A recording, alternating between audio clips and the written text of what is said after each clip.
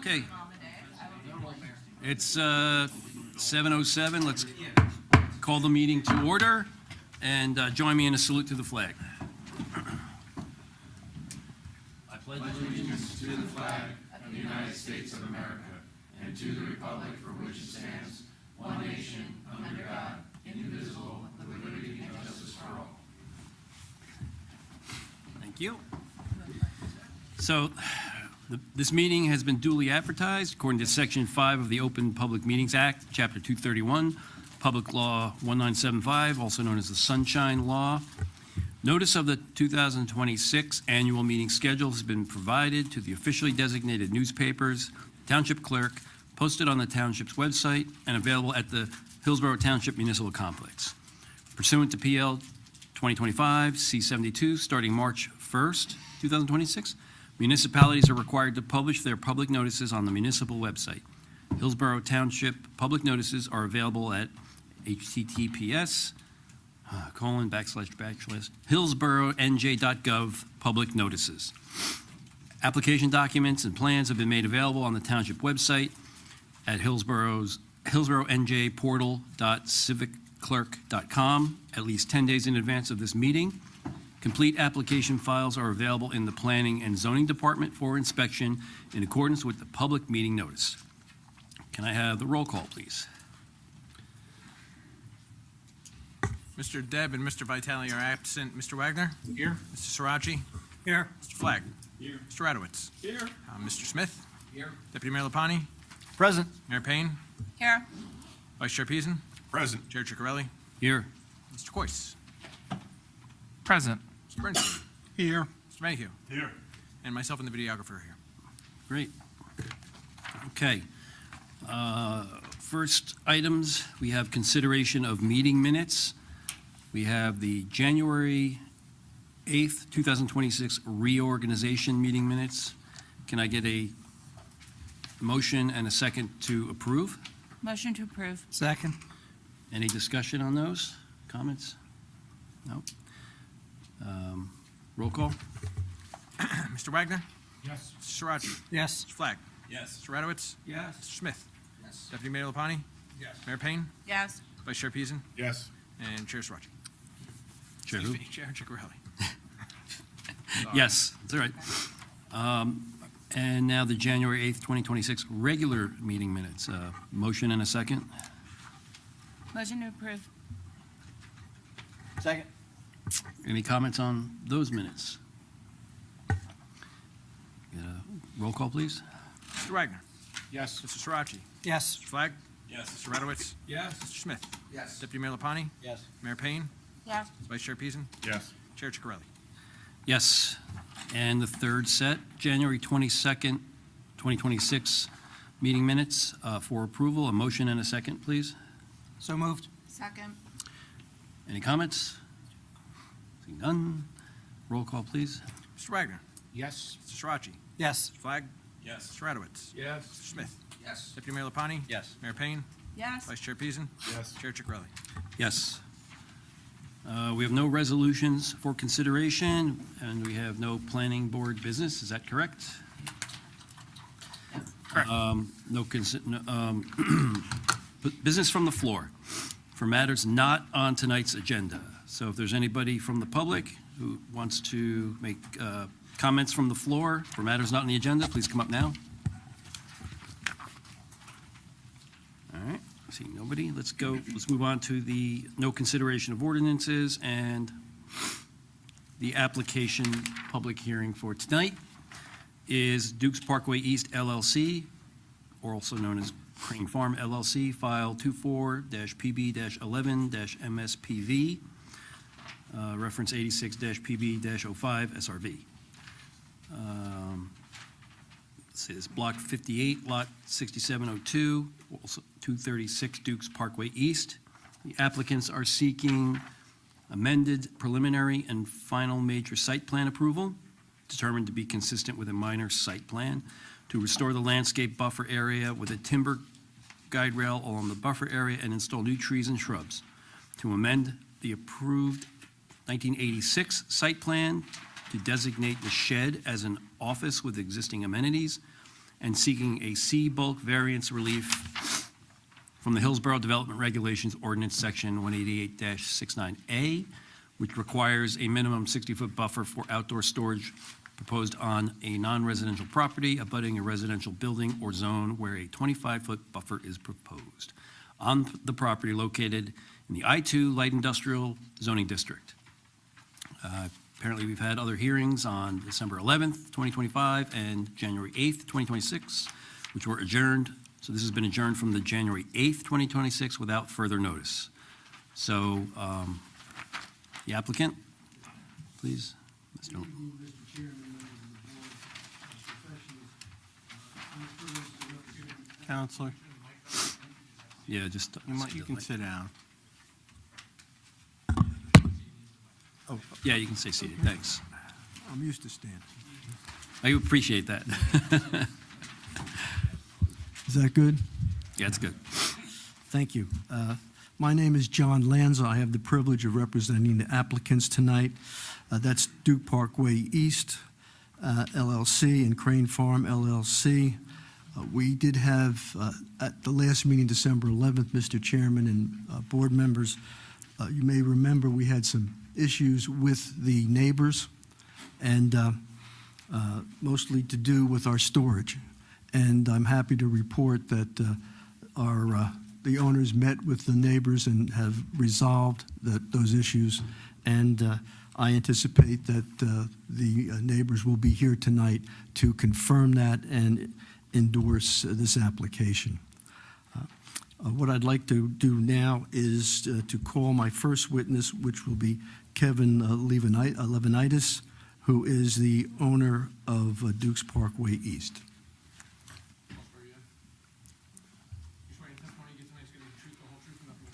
I do. Kevin Levinitis, Levonaitis. Mr. Levinitis, what do you do for work? I build swimming pools, renovate pools for SNR Pools. What's the name of your business, SNR Pools, and where is it located? 236 Dukes Parkway. How long have you done business there? 8-9 years. And can you describe for the board the nature of your business? We open, close, build, service, really anything to do with the swimming pool. And sir, how many employees do you currently have? Well, right now, only about 4 because we're off season, but when we're in season, about 24. And of those 24 employees, how many work in your building and how many work on the road or outside? Full-time in the building are 3. I'm in and out. The service manager's in and out, but all the other crew is all out on the road. What business is conducted in your building? Clerical, billing, phone calls. Do you have many members of the public visiting you in your office? Every now and then you'll get someone come by, but Is it a regular thing? no, we're not. How do you get We're not your open to the public. How do you get your business?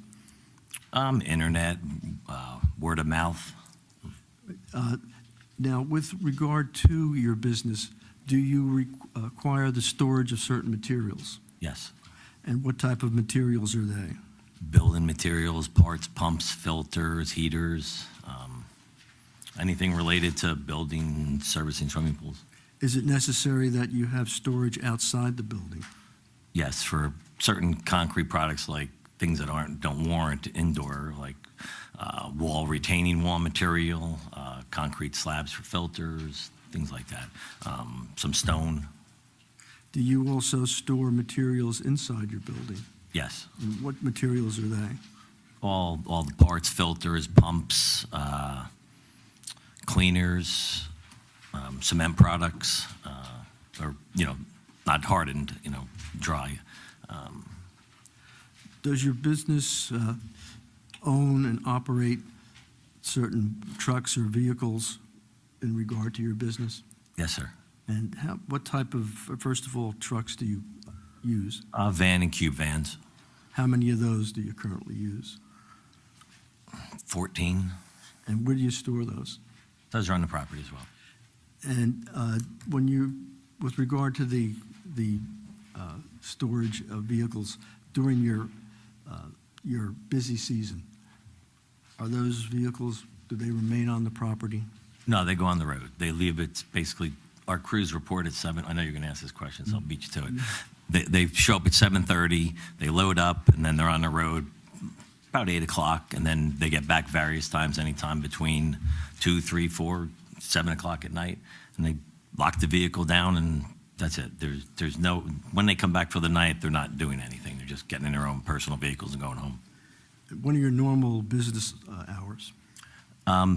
The crews show up at 7:30. The office staff shows up at 8:30. Office staff is done around 5 o'clock. But again, the crews show up anytime between 2 and 6, 7 o'clock. During the, we'll say the off-season, how many vehicles are parked at the premises? 13. And during the busy season, how many vehicles are parked during the day at your facility? About the same, because when the guys show up, they get in a work truck and leave their personal truck. So, Now, you mentioned your need for storage. Do you have to have certain enclosures to protect what's outside? no. Do you have to use a shed or a trailer, anything of that nature? The trailer that we have back there is storing not used yet cement products that we build pools with for floors and tile repair, things, cement. Right. For outdoor storage, what do you do currently? What do you store outside? Right now, it's behind the building. And what do you store outside? Some PVC pipe, material for building retaining walls, filter slabs, some wood that we use for construction, jumping curbs and stuff like that. And are you proposing and requesting that the board approve a 250-square-foot storage shed? Yes. And do you currently use that? Yes. And where is that located? Behind the building. And what do you store in that? There's various things in there, pH increase or calcium hardness. And do you also utilize a trailer? Yes. And where is that currently located? Behind the building. And how large is the trailer? Approximately? Russ? No, you can't look at him. 40 feet. No, I don't know. And what do you store in there? That's where the dried cement products are stored. How is material or products brought onto the premises for your business? Either we pick them up or they're delivered from supply houses. Now, at the last meeting, there was some concern about, we'll say, backup alarms on vehicles. Is that any issue at this point? No. Are there any backup alarms that occur regularly at your premises in association with your business? Just when the trucks are leaving. If it's the cube truck, some of them have backup alarms, so when the guys are backing out, of course, they're going on. Right, do you have any equipment that you store at the premises that has a backup alarm? One Bobcat, And how often is that used? once a week. Is that during the day? Yes. Well, it's usually on the trailer and it gets trailered to the job. Do you have a trailer that you store at the premises? Yes. How many? Just one. All right. You were present at the December 11th hearing? Yes.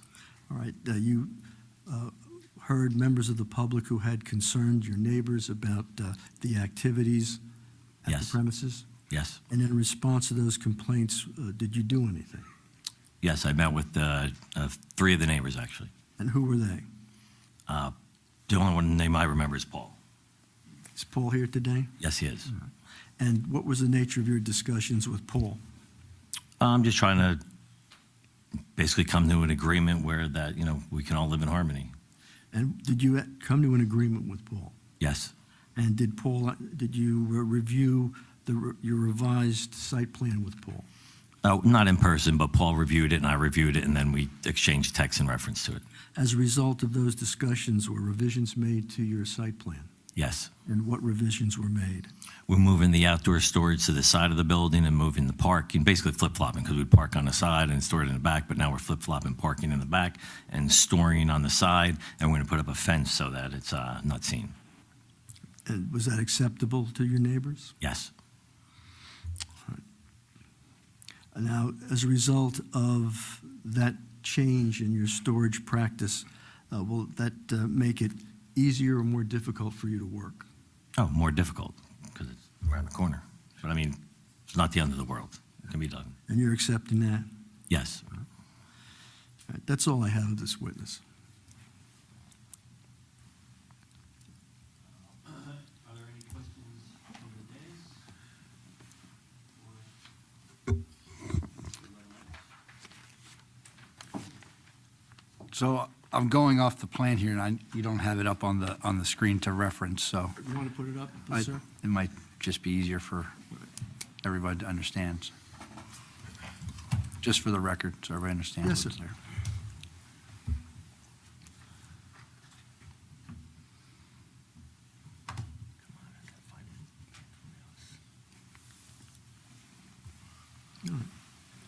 So if you could just maybe point out where he's moving the storage from and to on the plan? It's moving from where the cursor is right there. That's where all the storage is currently. That's, you can see it's all parking spots now. And over here is where the storage is going to right there. That's area. And are we constructing a facility to put storage into there? We're going to build a fence on each side. So it's going to be open storage behind fences? Yes. That's all, just so everybody could see it. Anybody else have any? Yeah, so I think the final draft is really clearly defined. And also, I just wanted to appreciate you and let you know that I appreciate you for reaching out to your neighbors and being so thorough with some of the commentary, not just from this dais, but also from your neighbors that you have to share this property with. Thank So you. thank you for that. Thank you. I wanted to clarify one thing. You mentioned the Bobcat, and I think you clarified it, but the Bobcat is not used here. You said it was taken off-site? On site. We move some stuff with it, John, sometimes. Like, we might move a pallet or something onto a Okay. trailer or something, but it's it's not not there full-time. operational there. Yeah, if that happens once a month, that's a lot. It's used to build pools and renovate pools. Okay, thank you.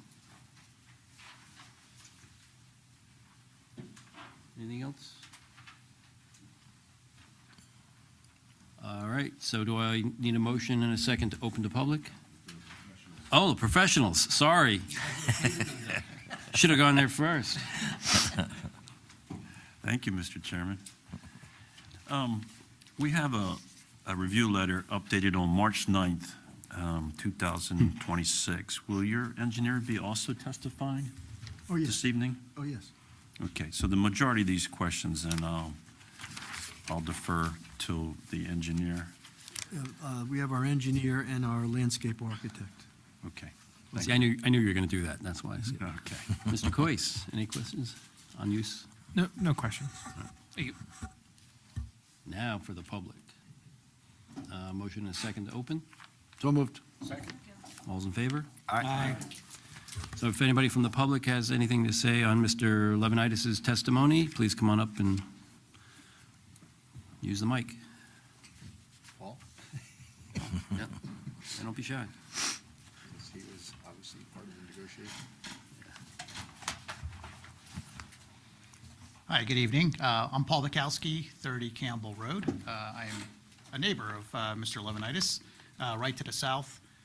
So just based on his testimony, I wanted to come here and thank him for reaching out to us, having a very productive conversation after the December 11th meeting where we had some concerns. We definitely had concerns around where the current outdoor storage was.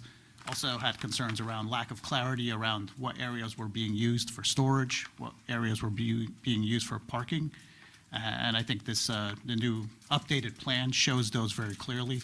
So just overall, just want to say thank you to Mr. Levinitis. Also, thank you to Mr. Chilak for both listening to our concerns at the December 11th meeting, incorporating our concerns and our feedback into their new proposal, and wish them luck with this new site plan. Thank you. Thank you, sir. Thanks, Paul. Anybody else have any comments at this time? Okay. All right, I'm free to go. I think Who says you're excused? Temporarily. For now. With your approval, Mr. Chairman, I call James Mance to testify. Now, he was previously sworn. If you want to swear him again, that's fine. Yeah, why don't you swear him again? I do. My name is James J. Mance, M-A-N-T-Z. All right, you've previously been qualified as an expert in civil engineering, sir, before this board. Yes, I have. And recognized as such. Now, as a result of some discussions and as a result of comments made by the board engineer and the board, did you make any changes to to the site plan? Yes, I did. Can you describe those changes? All right, I'm referring to sheet 1 of 2 of my site plan. It's dated revised February 13th, 2026. Yeah, we would mark that A5 for identification if we have to do that marking. It's, Wait, this is A5, but we've pre-marked some stuff. Did we have another A4? Go ahead. okay. As was just previously testified, the S&R Pool Company is located in the building where I'm showing the pointer, and the proposed storage is to the west of that end of the building, and there are two 8-foot-high board fences that we're enclosing the storage with. It's open on the west side. Also, as part of our comments made at the last meeting, is they wanted to identify I keep moving this thing, storage areas. So on the site plan, I've shown storage areas and identified them so that in the future, if there's any concerns by the municipality as to areas that are being used for storage and not indicated on this site plan, then there's the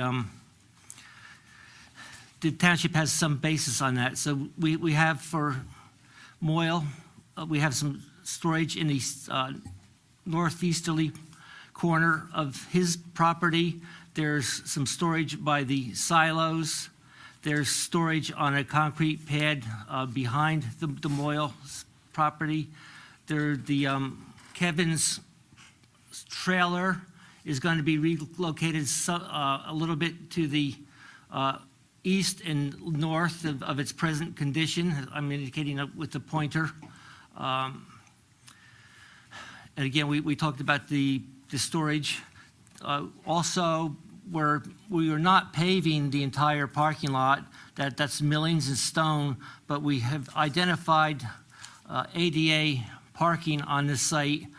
One spot by the S&R Pool Companies, one spot by Moyle Handling, and those parking spaces would be paved. As part of the mitigation for the extra impervious area that was added to the site over the years, I'm taking, and it's more clearly shown on sheet number 2, but I'm taking roof water and I'm piping it to a underground dry well system located in the existing island, and I can show you that in a little bit. And then I've also taken Mr. Biro's landscape buffer planting and added it to this plan. It shows in a darker line the bollards and rope that would be used to physically separate the landscaping from the traffic area. And I think that's pretty much all on sheet 1. If I could figure out how to do this. Sheet number 2 is also dated revised February 13th. And on sheet number 2, I identify the drainage areas going to each of the roof leaders that I'm connecting to my dry well. So those are the hatched areas on sheet number 2. It shows piping From the back of the building to the west, that piping goes around an existing pine tree, and then to the drywall located in that island. Those are the primary changes to the plan. All right, sir. Now, did you do and calculate the distance between the boundary line between the neighborhood and the business and the proposed buffer? The building at its closest point, and I'm circling that number on sheet number 2 of the site plan, is 93.8 feet. And what is the distance or the width of the new proposed buffer? The new buffer is proposed to be 35 feet. Again, I'm circling that on this plan. Now, if we were to regulate this development according to the existing ordinance and require a 60-foot buffer, how would that affect this application and the use of the property? Well, 60 feet is almost twice the distance that we have identified here. That line would be very close to the back of the parking spaces that I've shown at the back of the building, and there would be no ability for those parking spaces or vehicles to back out. And also the circulation around the building is pretty much a one-way circulation, would be severely restricted. Would that in fact be a severe impact on the businesses that currently exist and have existed for many years? Yes. Okay. Now, did you do a calculation of the parking? Yes, I did. And first of all, how many parking spaces would be required for this development? It's shown on sheet 1 of the plans. Based on the ordinance requirement, we would need 29 spaces. And how many spaces do we have? We show 29, including the 2 ADA spaces. Okay. All right, sir, did you do a comparison between the 1986 approved site plan and the proposed revised site plan? Yes, I did. Could you put that on the screen, please?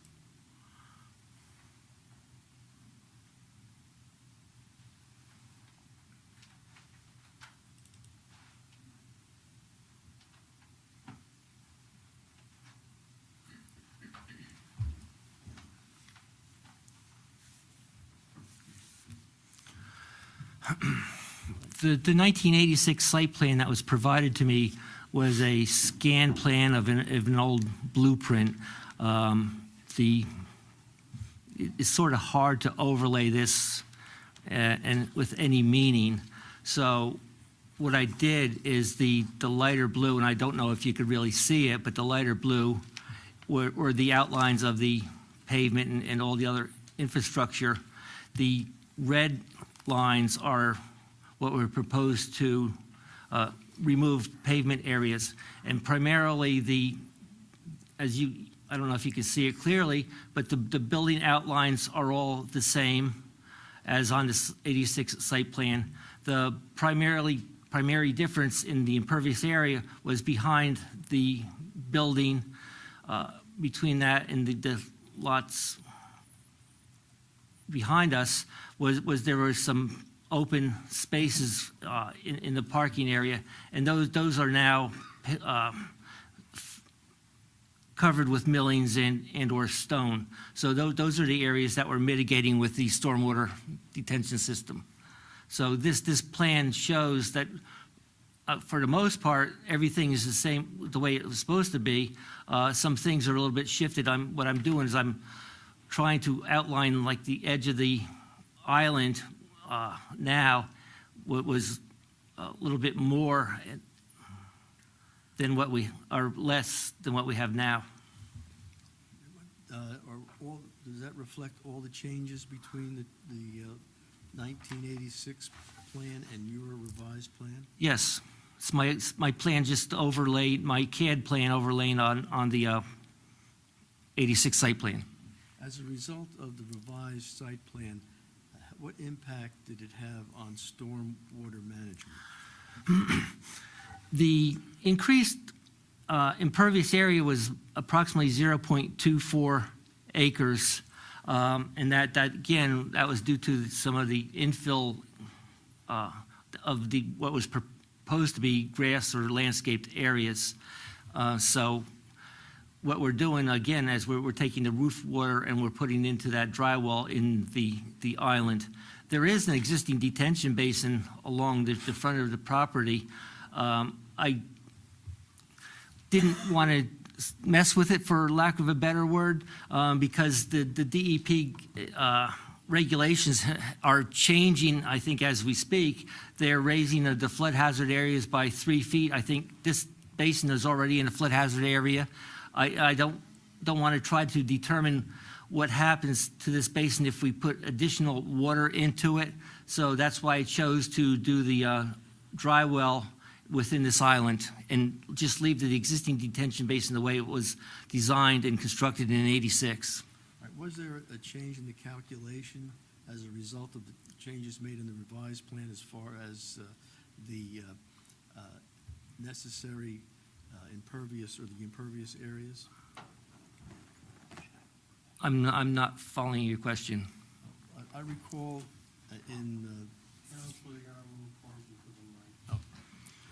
I recall that there was a change based on your revised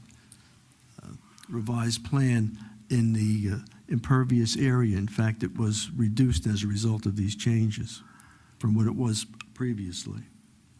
The impervious area exceeds what was allowed in the '86 site plan, and therefore that we're doing the stormwater management. Right. Okay. Did you have an opportunity to review the board engineer's March 9th, 2026 letter? Yes, I have. And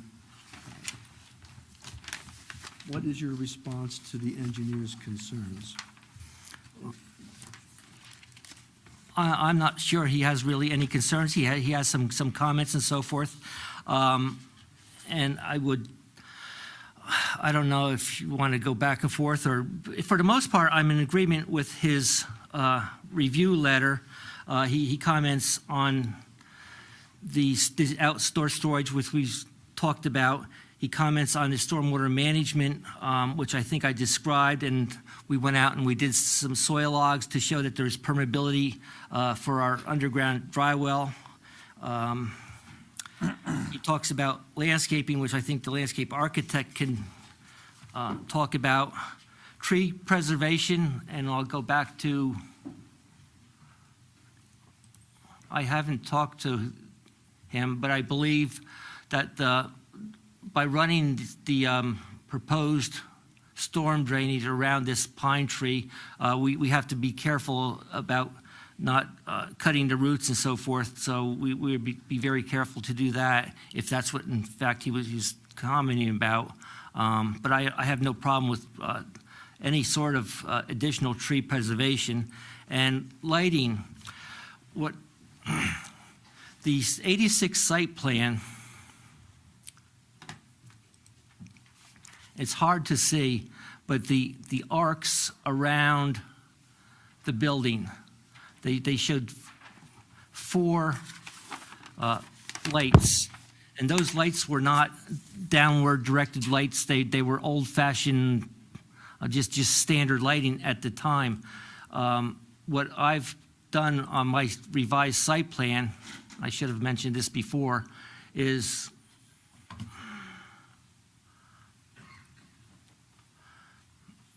I'm going to sheet number 2. There's an existing flood-type light in the back of the SNR building, which points toward the rear of the property to the existing houses. Because we're not doing any storage in that area, what I've noted is that light was to be disconnected and removed. And then I propose a new light on the west side of the building to cover the new storage area. The other lights on the buildings, I have not shown to change at all, because this application was driven primarily for the buffer and storage, and really didn't see it have anything to do with lighting and so forth.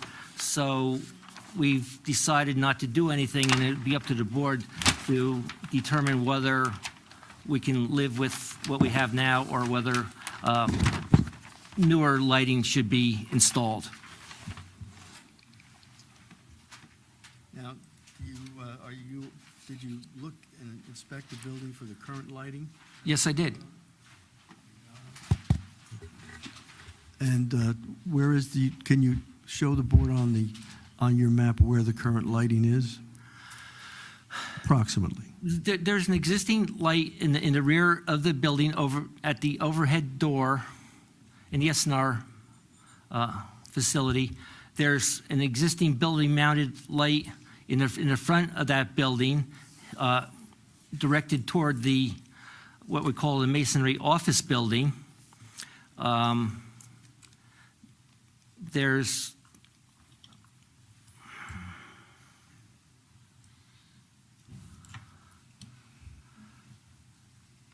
I got to find it.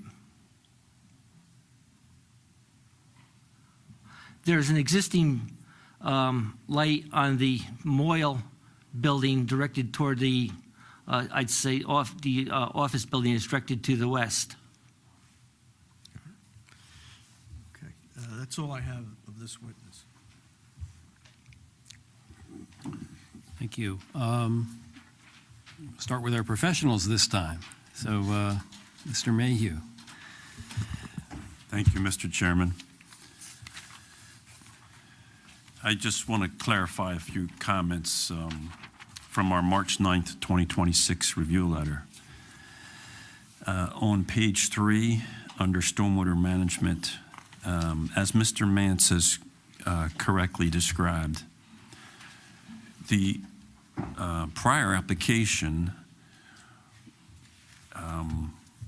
added a sufficient amount of impervious cover that would have deemed it what we call a major development.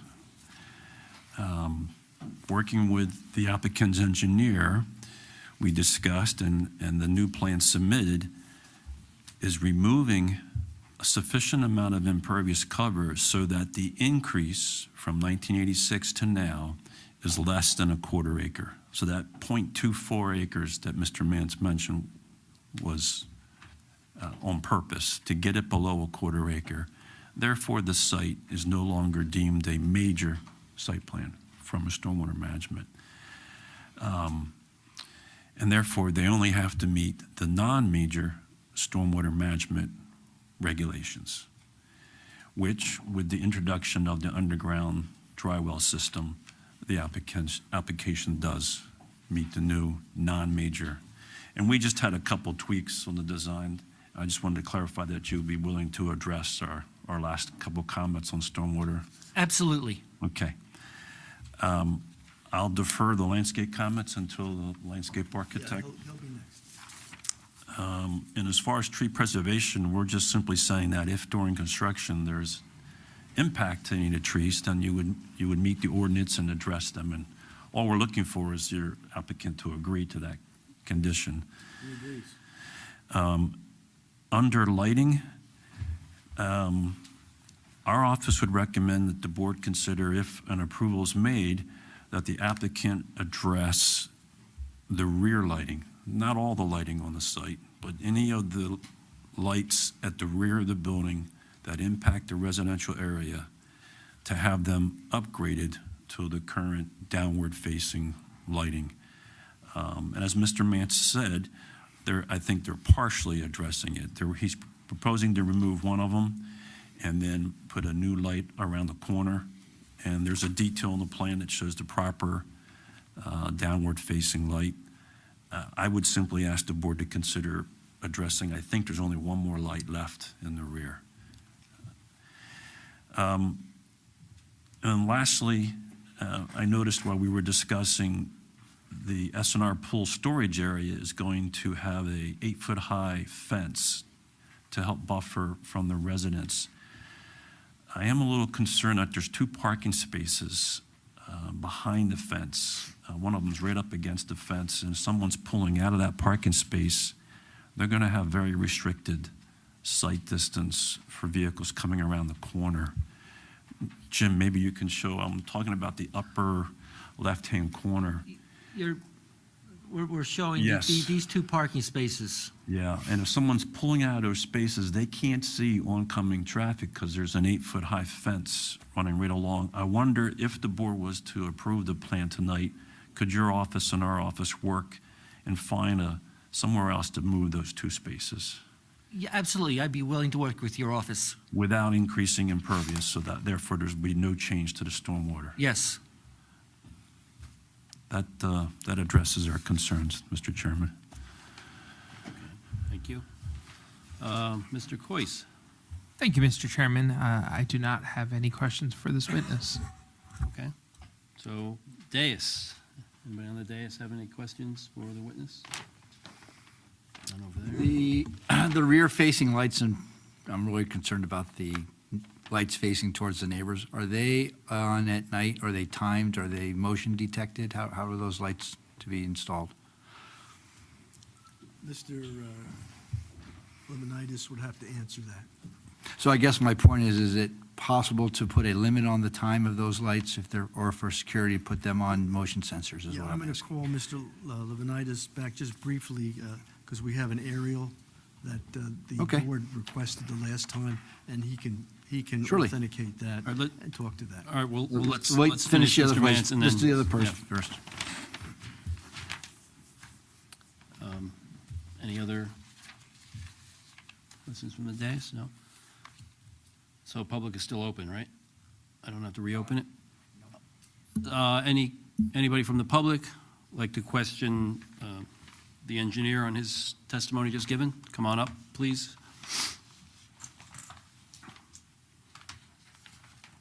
Okay, seeing none. Sounds like you're done. Could you put this in? And we want to get to A4. While we're trying to get this on the viewer, I'd like to mark, just for our record, A6 would be the the revised plan compared to the 1986 site plan that he was referring to in his testimony, our engineer. Have these been previously Mr. Mance. provided to the board? Pardon me? These? No. This. Oh, those? No, I don't think we've seen those yet. These were asked the last time for this, and I have copies for all the board members, plus we have one that we can put on the screen.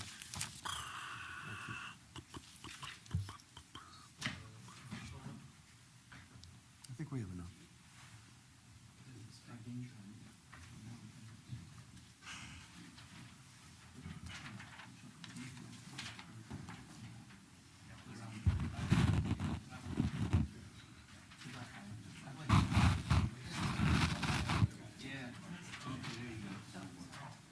No, I got them. I'm good.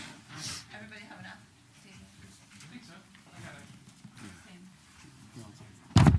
Michael, we marked this as A6, is that what I gather? Well, yeah, but you have to A4. testify to it. No, I'm just telling Yeah, you. I want you to look at this. This is, Look at this, the microphone.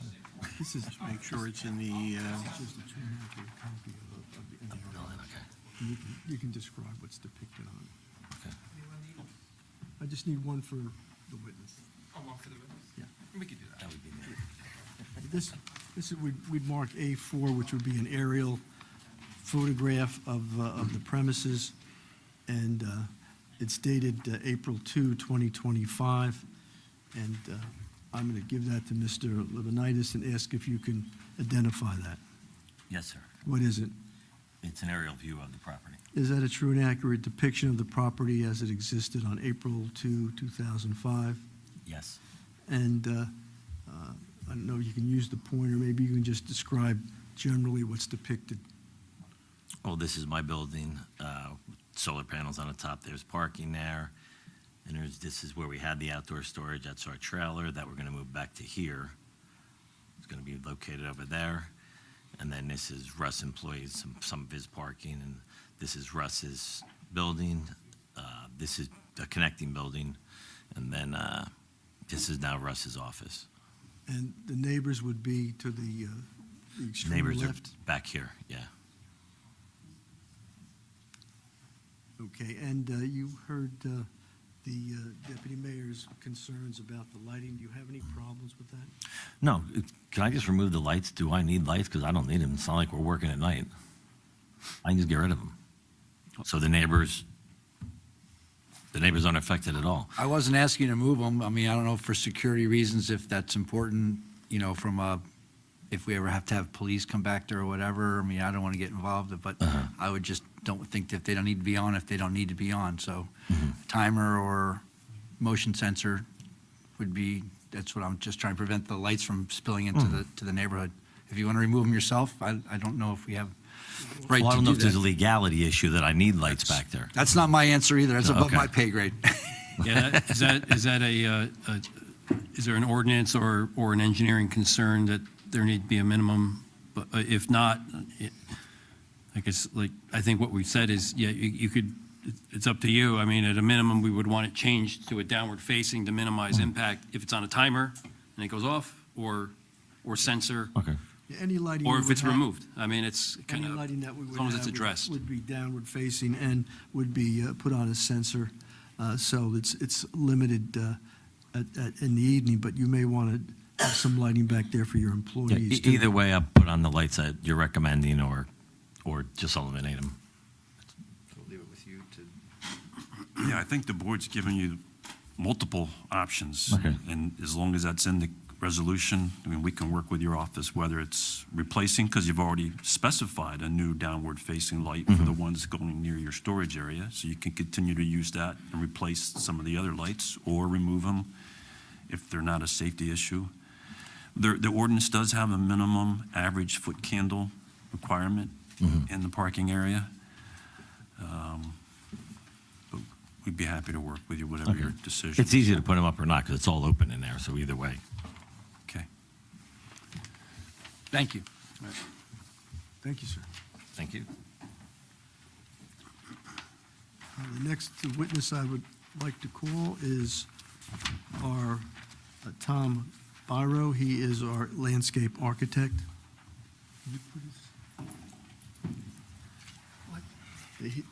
His plans, they're on file, but What's his?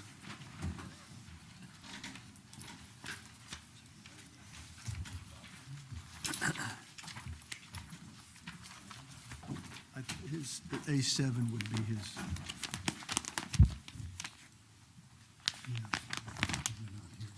Yeah, we'll do that now. It would be A7. Yeah, I just gotta find it. A7, page 1. A7. Yeah, that's it. Then there's 2 pages, I believe.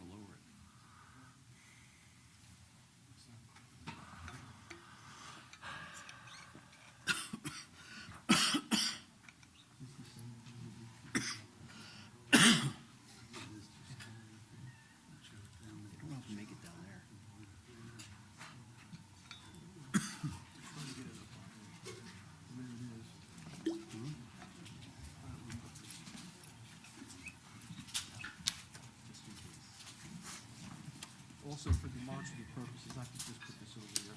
We have, I'll talk when.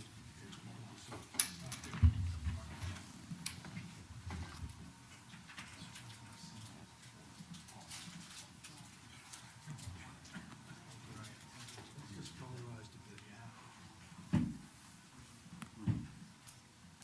Hey, sir. Sure.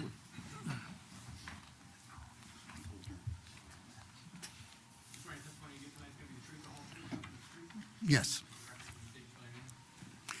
Thomas Biro. Mr. Biro, what do you do for work? I'm a landscape architect. And what training and education do you have to hold that title? I have a degree from Rutgers University. I've been doing landscape architecture for about 40 years. I've had my own business here in town for 32 years.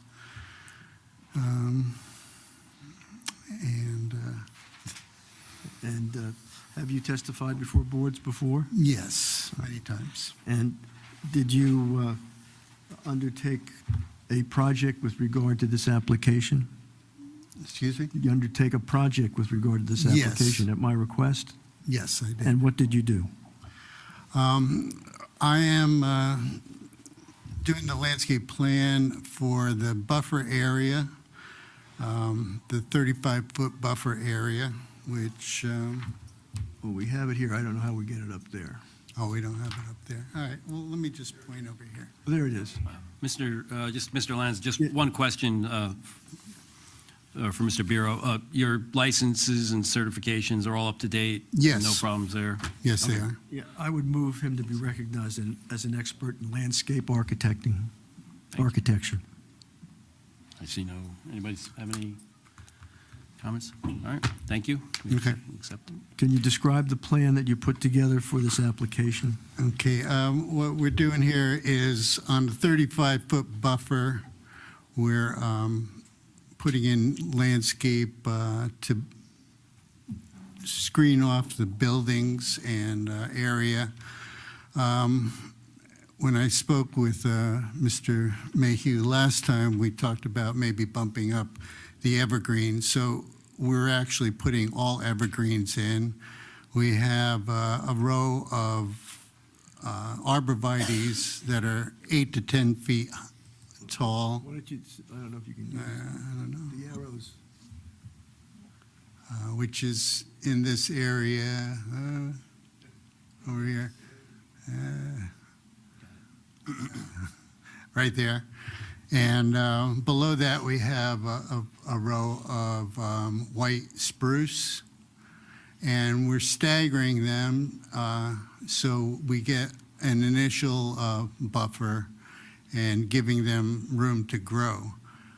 In this upper area over here, we have mature white pines, which are providing a pretty good screen right now. And in front of those, I have some hollies, which are 6 to 7 feet tall. And as the white pines branch up, these will help screen along the bottom.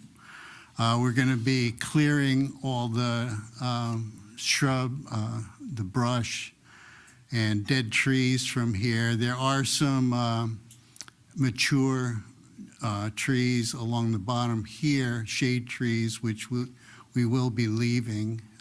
We could tag those with the town. And we will be mulching this whole area with 2 to 3 inches of double ground hardwood mulch. In the front here, to keep the vehicles from moving into the buffer area, we have a bollard rope fence, which the bollards will be 10 feet on center,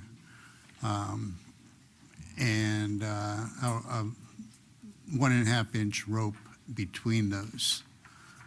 I think that about covers it. Could you go to page 2 of your plan to describe the size and nature of Okay. the trees? Yeah. Yeah, the evergreens, when I had the conversation with Mr. Mayhew, we took out the deciduous trees and put in all evergreen trees because we're basically trying to just buffer the area. So these are just the planting details for the evergreens here, and this is a detail for the bollard rope fence.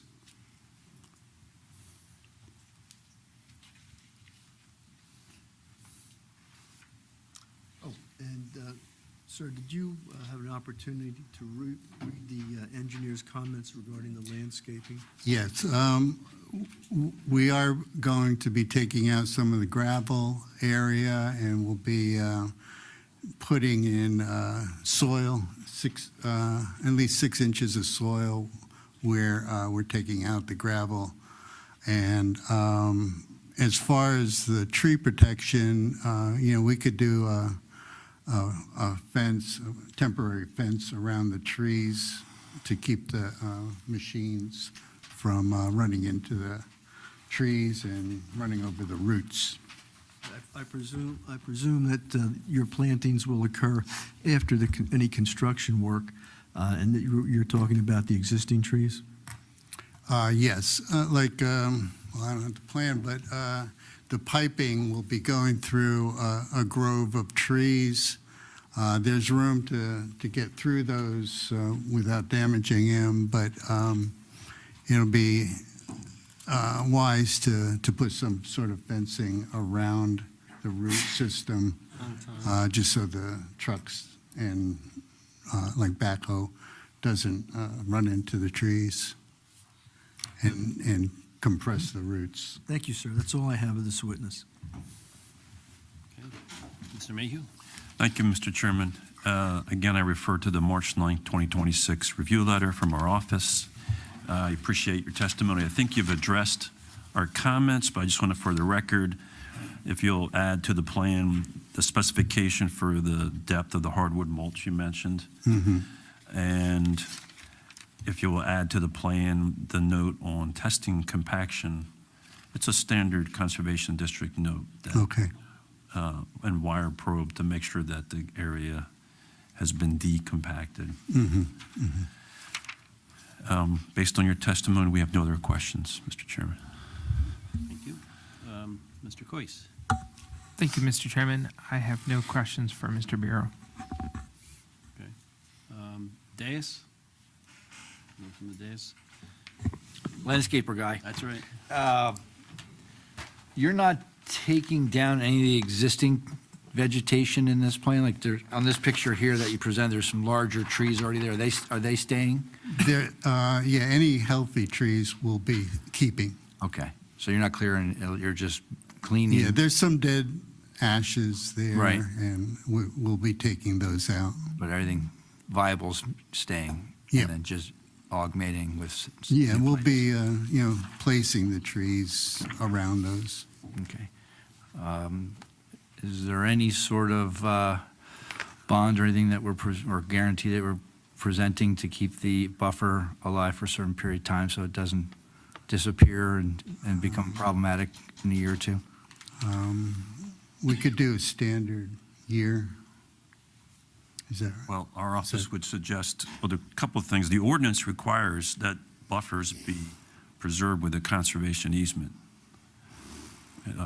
So that would have to be, if it's not, it would have to be waived by the board. And second, I would recommend a 2-year maintenance bond on the vegetation. That's what I was going to say, at least 2 years. Because the first year, anything can happen. As far as the conservation, I would defer to David and Mark to determine if that needs to be required. I could put that on the plan, in the notes. The amount of the bond would be? Do you have any idea? Well, usually your professionals will estimate the Okay. construction cost and submit it to our office for All right. approval. Okay, we'll work through you, sir. Yeah. But as far as the conservation easement, I'll defer to Mr. Coyce's office, but typically it would be shown on the plan, the area of the easement, and then an easement would be filed for that with the county. Correct. That would be the cleanest way to do it. Okay. Okay. Oh, maybe more questions. All right. Anything else from the dais? All right. I think, thank you. Oh, public, sorry. Anybody from the public on the landscape architect? Please come up. All right. Seeing none? Thank you, Mr. Beer. Thank you, sir. Thank you. We could mark his drawings, whatever the next marking is. Yeah, I know. A4 should be the aerial. Yeah, so this would be A7. 37, yeah. At this time, it's my privilege to call Mark Remza.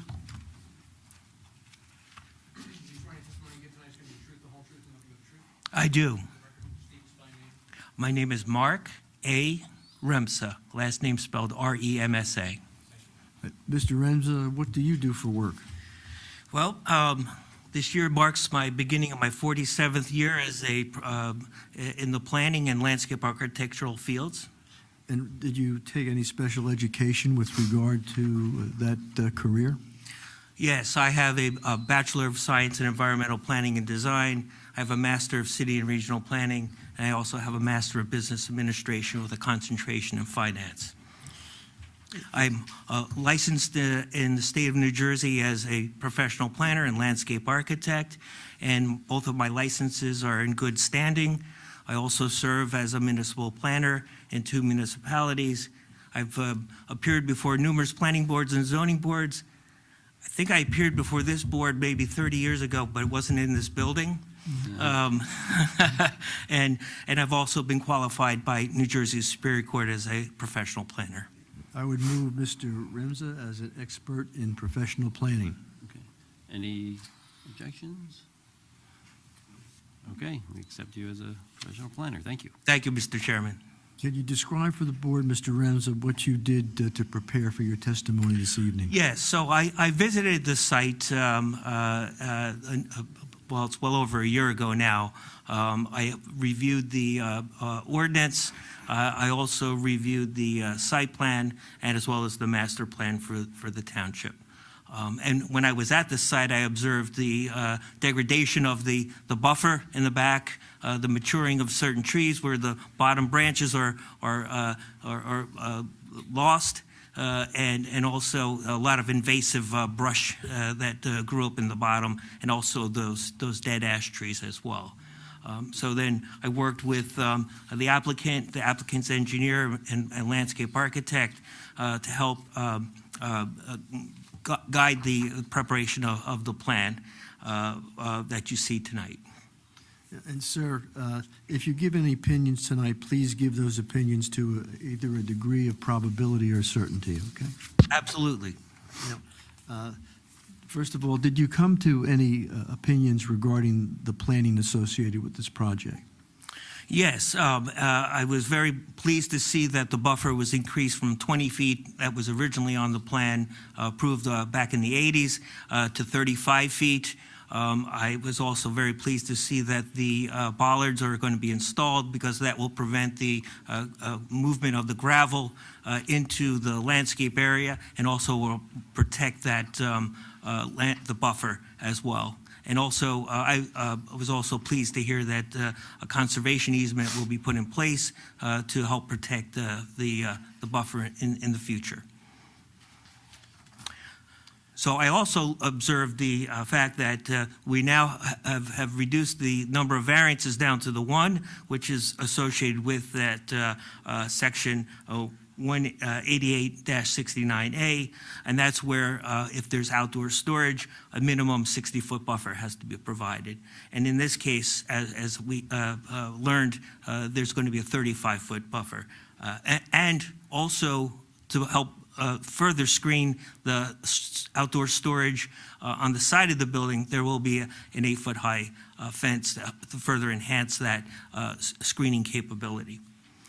And when I looked at the variance and looked at the site, location of the building, and its proximity to the property line, I concluded that the variance is a hardship type of variance because we can't move the building, we can't enlarge the property, and also you heard from Mr. Mance that if we were to put this 60-foot buffer in, it would practically render the rear of the property unusable. And so a balancing act of providing an enhanced larger buffer, but also being able to keep the practicality and the usability of the rear of the property, I think is achieved in this plan. And so when we look at this the plan, we have to look at the fact that does this variance relate to a particular property? Yes, it does. It relates to the one that you've been discussing for several months now. But you also have to look at the fact by having a 35-foot buffer, does it cause any substantial detriment to the public good? And that's usually the focus of the surrounding properties. So I looked at all the properties around it. To the north is essentially across Dukes Parkway East, and there's really no negative impact to the recreational fields in the open space. And there's also a little notched out area where there's a single family home. But that home is separated by the building and that wooded area in the front, so they won't even see the outdoor storage. To the east is a commercial use. That's the youth soccer building. I see no detriment from this diminished, or not diminished, but the 35-foot buffer being provided. Now, to the south, this is where most of the focus should be, is because that's where the residents are. And with the moving of the storage on the side of the building, so it's not in visible contact with the neighbors, enhancing the buffer width, but also complementing it with new plant material and also protecting it, I believe that the proposal will not cause any substantial detriment. And then to the west is a light industrial use and also wooded area. I see no detriment there. So in conclusion, I believe the variance can be granted given the balancing of being able to use the back of the property, but at the same time improving the buffer and enhancing it. Thank you, sir. I have no further questions. I have no questions for this witness, Mr. Chairman. I have no questions. Thank you. All right. Thank you. Anybody on the dais?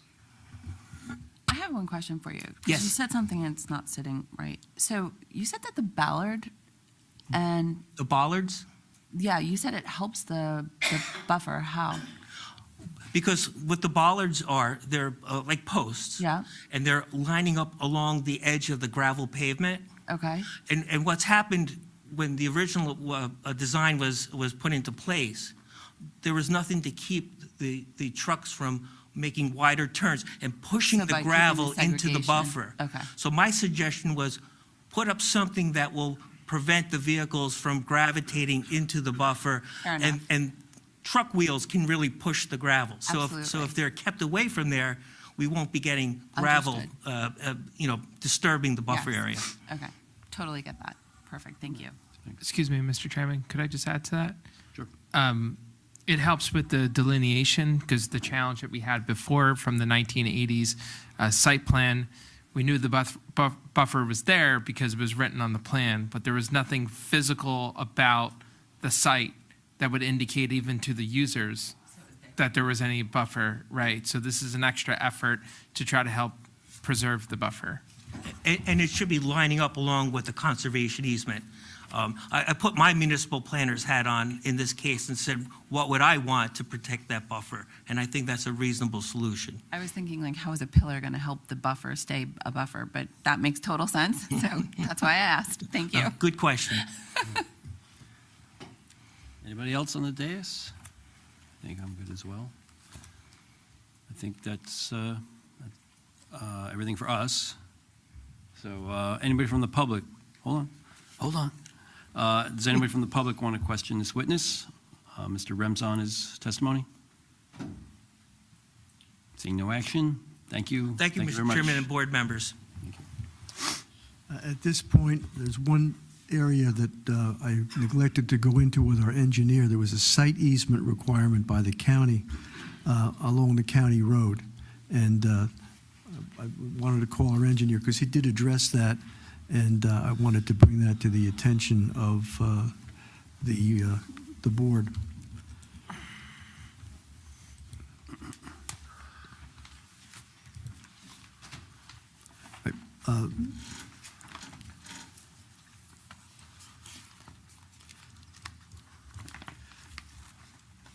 Apparently, when the 1986 approval was made, it required that there be a site easement and that site easement be filed, and apparently that site easement was never filed. So we're in the process of addressing that. Now, Mr. Mance, did you have an opportunity to review the issue of the requested site easement along the Dukes Parkway East and your requirement of the Somerset County Planning Board? Yes, I did.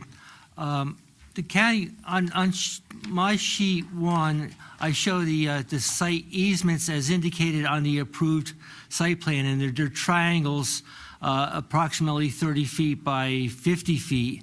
And they, I think I mentioned this a little bit at the last hearing, and they were never filed. No easements exist.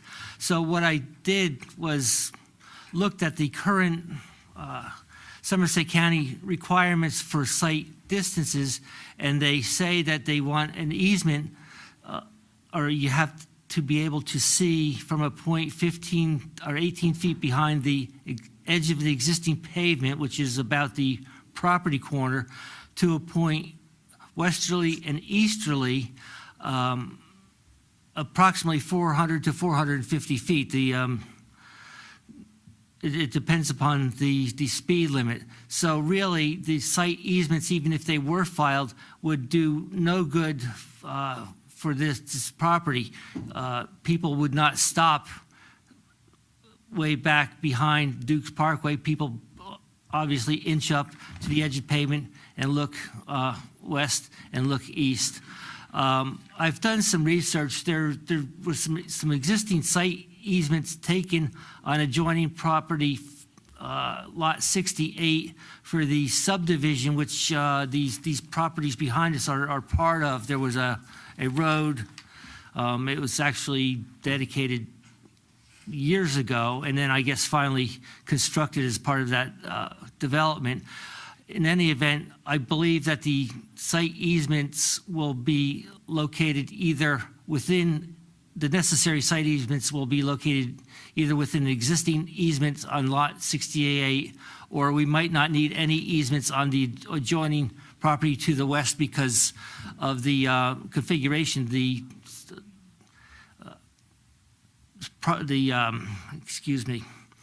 right-of-way line is set back at 33 feet from the center line, so there's sufficient distance for a long way for us to be able to see. I need to survey that, but my initial, and I didn't do that because of the snow, was that if there might be some physical obstructions within the right-of-way, but they can either be cleared or left, as the case of a mailbox. But I think I can show the county that there's sufficient site easements within the existing right-of-way, or site distance within the existing right-of-way. But we'll be dealing with the county on the easement issue. Yes, it's strictly county. But I did want to bring that to the attention of the board that the site easements that were approved in 1986 were never filed. So, but we're handling that. So clean up on aisle 6 Yes. type of thing? Okay. Mr. Mayhew, any comments? I take no exception to what Mr. Mance is testifying, and our office would defer to the county. Okay. And Mr. Coyce, any comment? Mr. Bernstein? Seems like a legal issue possibly. Any thoughts on that? Mr. Mayu, do you see this as a potential condition for approval or not at all? Well, I think as our standard practice, we would make the approval conditional on receiving the county approval. And therefore, if the county has an issue with it, they'd have to come back here?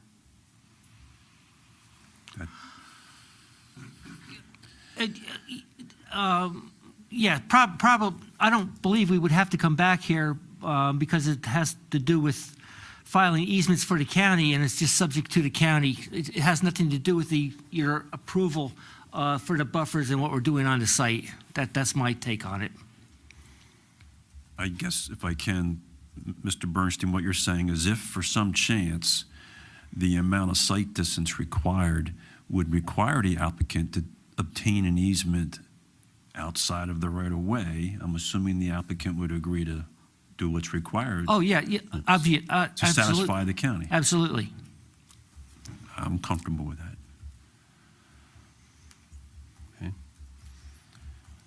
Any comments from the dais on this easement matter? Anything from the public? Seeing none, well, thank you for addressing this last little piece, and You're welcome. Mr. Chairman, that concludes our presentation this evening. okay. Do, Comments from the professionals or the board, and then the public's last, correct? okay, all right, so the applicant's rested, Mr. Lanza. Yes, sir. Thank you. Any final comments from engineer, planner? No? Dais, anybody? All right, public, any final comments for the applicant? Got a taker.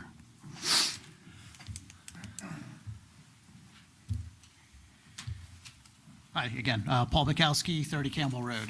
So this is actually just a quick question for my clarification. I believe Mr. Rumson, the request for the variance, why are we asking for that? Because my understanding was that the variance is only needed, the 60-foot buffer is only needed if there's an outdoor storage in that location. But since we swapped the outdoor storage with the parking, is the variance still required?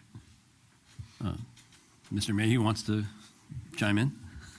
I'll defer to Mr. Coyce in his office, but at a minimum, there's still on the plan 1,060 square feet of storage for mower handling shown at the rear of the building. Oh, this area, okay. Yes, sir. Okay, so that's not because that there's parking here. Correct. Okay, all right. I just want that clarification as to why we were actually still asking for it. But Fair enough. thank you. That Fair. clarifies it. Thanks. Thank you, Mr. Mayhew. Tag team. Anybody else? Any other public comment? All right. Seeing none, motion to close public? Second. All right. All in favor? Aye. All right. So now,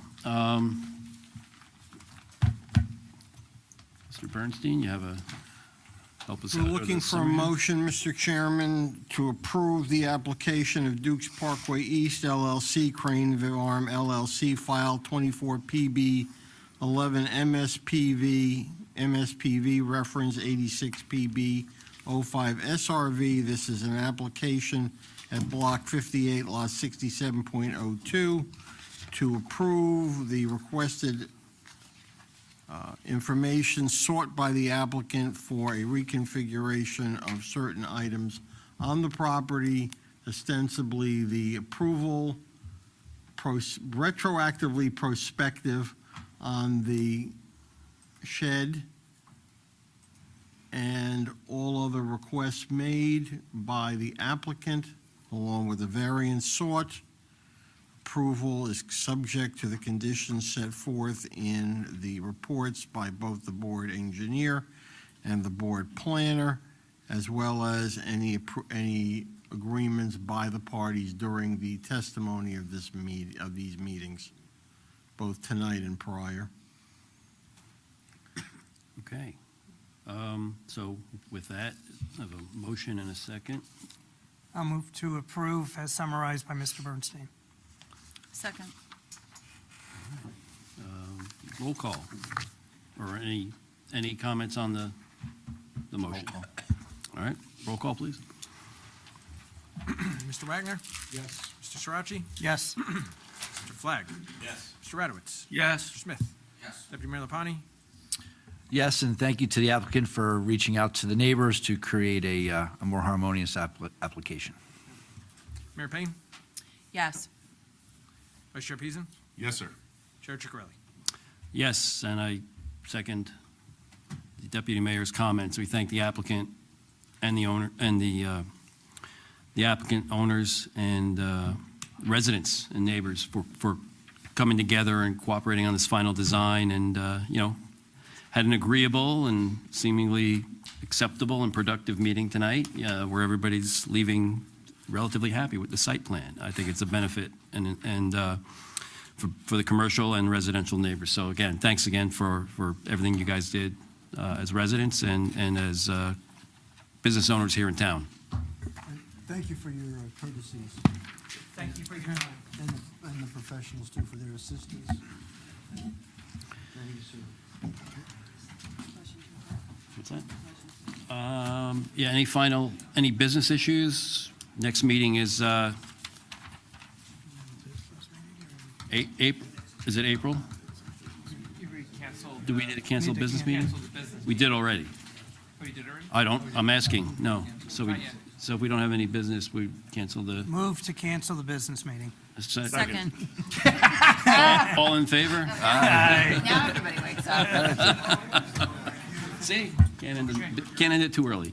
So the caffeine kicked in. Motion What's to that? adjourn. So next is April April 9th. 9th, okay. Remember See- that it's going to be the second and third Thursdays in April because of the Jewish holiday, is that correct? Okay, Yes. so 9th and Just a 16th? reminder. It's on the No, second. well, I'm just saying, it's normally first and second, let everybody Yes. remember that there's a third Thursday. We could send out a reminder Do to we have everyone. applications on for the 9th? Do you want me to check now? If it's easy to find, David, otherwise, I know.